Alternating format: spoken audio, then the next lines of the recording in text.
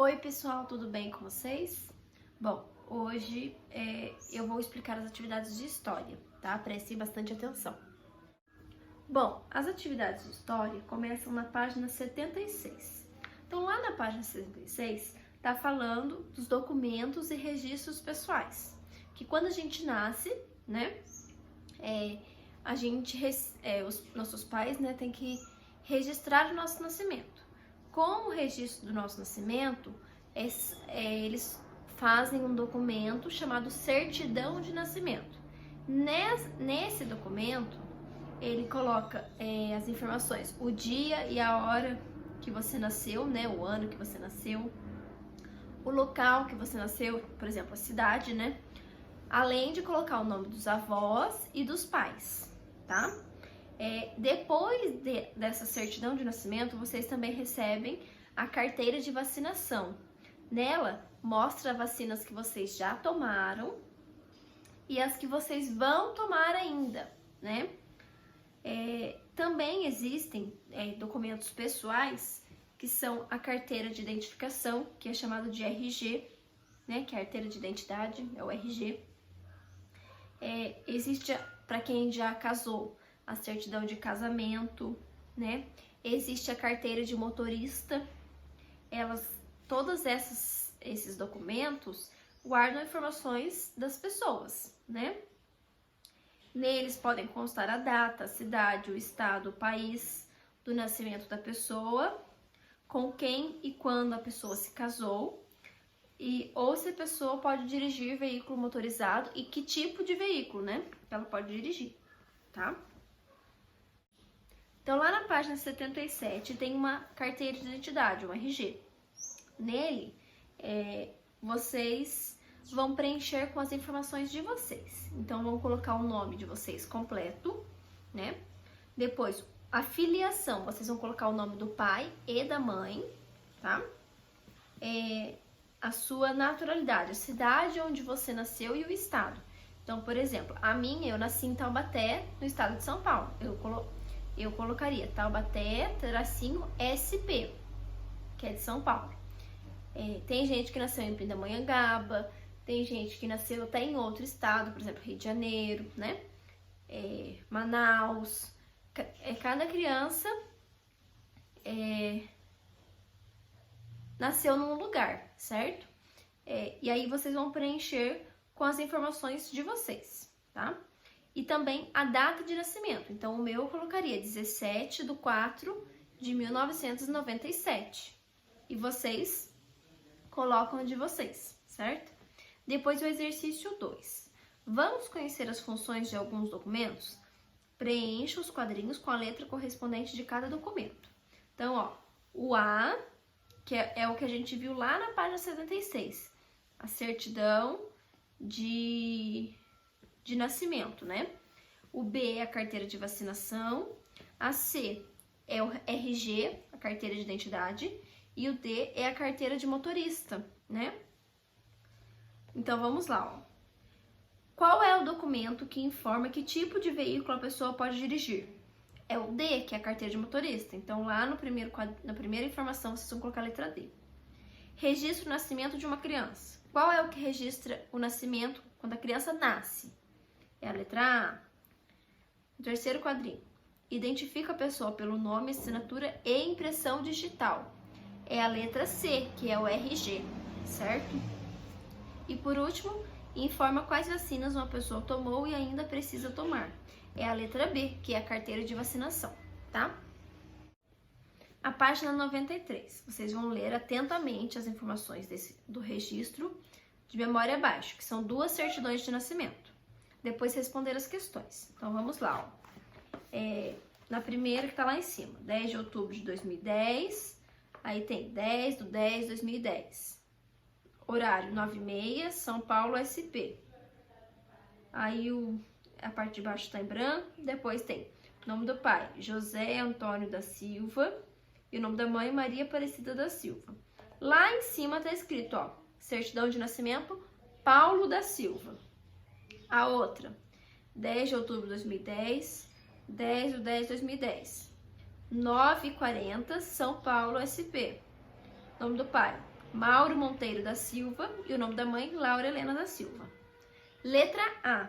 Qual é o nome das pessoas registradas nas duas certidões? Então, as duas certidões estão com o mesmo nome, Paulo da Silva. B. O que foi registrado nestes dois documentos? Então, foram registradas as informações sobre o nascimento deles, né? E a filiação, que não, são os nomes dos pais. Letra C. Quais são as semelhanças e as diferenças entre as duas certidões? Então, as semelhanças é o mesmo nome, né? O nome das crianças, o dia do nascimento e o município onde eles nasceram, né? A cidade onde eles nasceram. As diferenças: a hora do nascimento, né? Porque um nasceu 9h30, o outro 9h40. E o nome dos pais dos dois, né?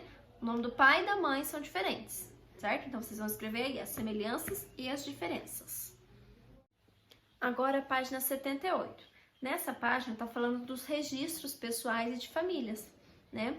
Que são as lembranças que nós temos e os registros que nós produzimos e guardamos como uma lembrança, né?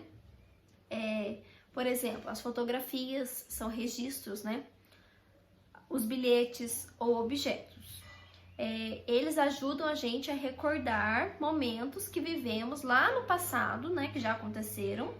E eles permitem que as pessoas compreendam um pouco da nossa história. Então, por exemplo, se eu fiz uma viagem, gostei muito daquela viagem e eu tirei várias fotos. Aí um dia eu tô conversando com vocês e mostro uma foto da minha viagem para vocês. Então, eu vou mostrar para vocês, vou fazer vocês entenderem com mais facilidade como foi a minha viagem, o que eu fiz nessa viagem, com as fotografias, certo? O exercício 3, vocês vão pintar os quadrinhos que correspondem a algum momento que você tenha vivido com sua família. Então, se alguma vez você já passeou, se fez alguma brincadeira, refeição, viagem, conversa ou estudo, vocês vão pintar, tá?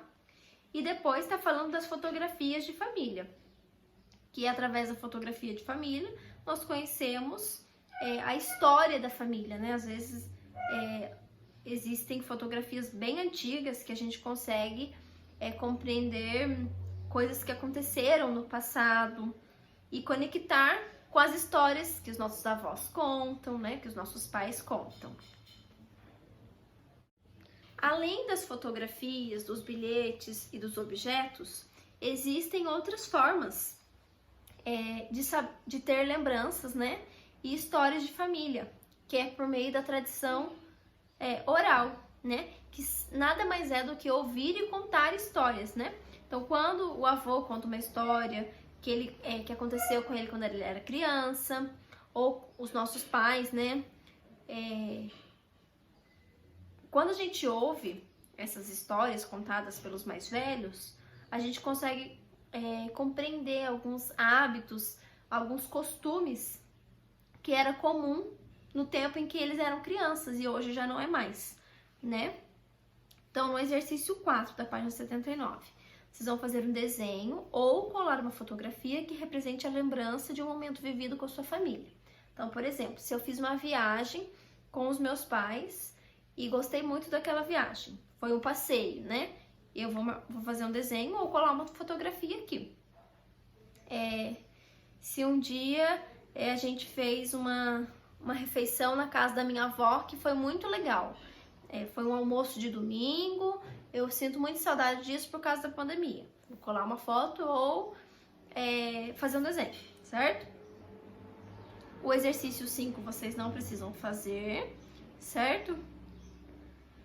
E o 6, vocês podem colocar aqui, perguntar para os pais, né, ou para os avós, uma brincadeira antiga que eles gostavam de brincar e uma brincadeira que você gosta de brincar, certo? Pode até ser a mesma brincadeira. Por exemplo, se a sua mãe gostava de brincar de esconde-esconde, você também gosta, pode colocar, tá bom? Página 20.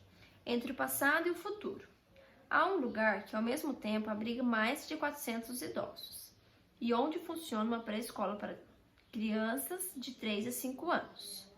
Nesse lugar, chamado Centro de Aprendizado Intergeracional, de segunda a sexta-feira, idosos e crianças fazem diversas atividades juntos, como dança, arte, contação de histórias, visitas ao parquinho e outras brincadeiras.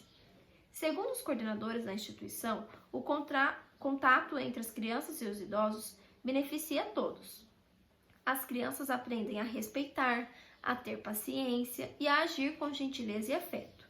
Além disso, elas alegram o dia a dia dos idosos que vivem no asilo e muitas vezes se sentem sozinhos. Os idosos têm histórias valiosas para compartilhar e essa reunião permite que no presente as histórias do passado sejam contadas por quem as viveu. Intergeracional é a relação entre pessoas de idades diferentes, por exemplo, entre crianças e idosos. Então, lá na página 21, o exercício 1, vocês vão falar somente, não precisa escrever. O 2, vocês vão pintar as imagens que mostram atividades que crianças e idosos podem fazer juntos.